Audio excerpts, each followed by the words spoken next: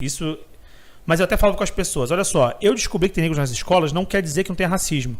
E eu explicava, porque a minha conclusão, porque eu consegui penetrar no ambiente escolar, em algum grau, né? Em escolas que eram exclusivas para negros, ou em escolas que negros frequentaram, mas que não eram exclusivas para eles. Todas essas escolas eram do Estado, né?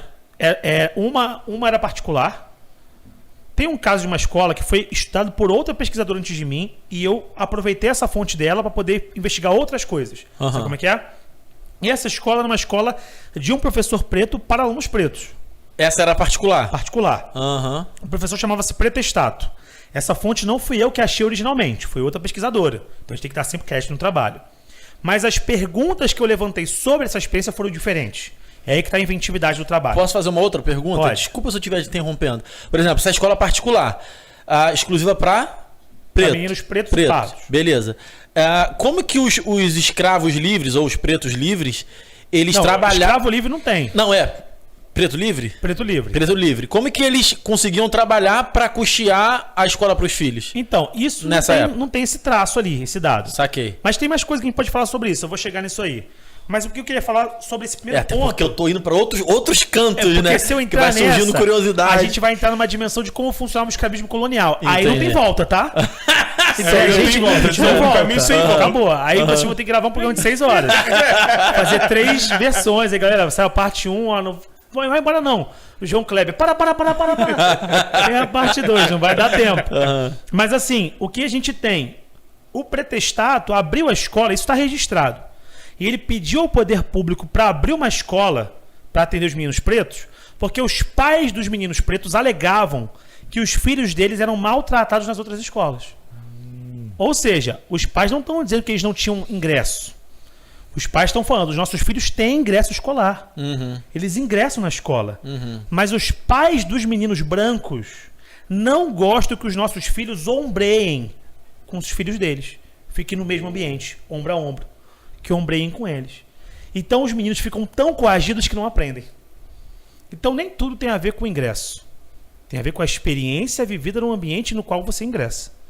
Eles falam, então, em face a isso, né? A gente pediu ao Pretestato, que é um professor preto, que entende do riscado, sabe quem são esses meninos, que dê aula para eles. E a gente pede a vocês, do poder público, que liberem. E o poder público libera. Entendi. Então cria-se uma escola exclusiva para meninos pretos e pardos no Rio de Janeiro. Mas não porque havia impedimento de ingresso escolar em outras escolas, mas porque a convivência era ruim, vamos dizer assim. A gente pode fazer tradução disso para o nosso tempo. Vamos dizer, tem um professor lá e aí todos os alunos de uma certa classe, não vou nem botar cor, para o pessoal ficar... Só falar de cor. Vamos botar outro exemplo. De uma classe, tá super bem. Cara, tenta, cara, você vai conseguir. Pô, te trouxe um livro, olha aqui, olha isso aqui, vamos fazer parte da Olimpíada de Matemática. Professor, não, cara, peraí. Entendeu? Então, um aluno de uma classe eu trato de uma maneira, de outra de outra. Ou então, os meninos, pô, cara, faz direito, você vai conseguir. A menina, faz um curso mais tranquilo, acho que direito é complicado pra você. Entendeu? Então não precisa ser dito. Com as meninas é assim, com os meninos é assim. Não precisa ser dito. É a experiência que revela. Sabe como é que é? Então o cotidiano já diz. Isso pode ser trazido para o ambiente da igreja também, para o ambiente pastoral, para tudo que a gente quiser. Para tudo. Então a gente precisa aprender a ler a experiência através da experiência vivida. Que irado. Então isso a gente chama de calibrar o olhar. Tu calibrou o olhar. Não, porque a igreja funciona... Tá, vamos entrar no ambiente eclesiástico. Como é que funciona dentro dessa igreja? Eu não posso ler o mundo eclesiástico por uma igreja. Não, a igreja de Cristo funciona assim. Bonito. Parabéns. Lindíssimo. Vamos entrar agora, vamos ver como é que funciona aqui nesse ambiente. A gente não pode dar conta de todos, né, cara? Mas do nosso a gente pode dar conta. E do nosso a gente pode olhar e tentar promover alguma coisa de mudança. Então eu não tenho a ilusão de, idealista, todos os ambientes serão modificados. Onde eu tô, tem como promover algo diferente nesse sentido? Tá valendo. Porque no final das contas a gente muda a vida de quem está na imediação da nossa existência. Isso aí. A gente não dá conta de todo mundo. Isso é uma ilusão, cara. Entendeu? Então a gente tem que dar conta da realidade na qual a gente está inserido. E foi o que o Pretestato fez. Ele não abraçou todos os meninos pretos do Rio de Janeiro, mas aqueles que precisavam, ele estava ali acessível. E tem outros casos. Eu encontrei um caso de um professor, que na verdade não era um professor, ele era um escravo que abriu na casa dele um curso noturno para ensinar outros escravos libertos. E depois virou um abolicionista, quando ele ficou livre. Encontrei o caso de pessoas que ensinavam uns aos outros. Eu sou amigo dele, pô, tu não sabe ler não? Então ensinava. Então tinha formas, porque no século XIX, a escola era mais uma das muitas formas de obter instrução.